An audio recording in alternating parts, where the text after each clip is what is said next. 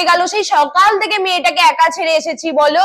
আরে তুমি তো রান্না করে দিয়ে এসেছো। হ্যাঁ রান্না বান্না করে এসেছি, কিন্তু তাও তো চিন্তা হয়, ছোট মেয়ে আমাকে ছেড়ে তো একদম একা থাকতে পারে না, আমাকে ছাড়া তো অন্ধ। আজকে আমি একা, আজকে করব ফুল এনজয়, আজকে ঘরে কেউ নেই। এগুলো মা কি রান্না করে দিয়ে গেছে? ঘরের খাবার? আজকে তো মা অনেক রাতে আসবে, আমি অর্ডার দিয়ে দিই। দেখি তো একবার বুলটি কি করছে। হ্যালো, হ্যাঁ বল। আজকে জানিস আমি ঘরে একা। এ বাবা, হ্যাঁ ফুল এনজয় করছি, মটন বিরিয়ানি অর্ডার দিয়েছি।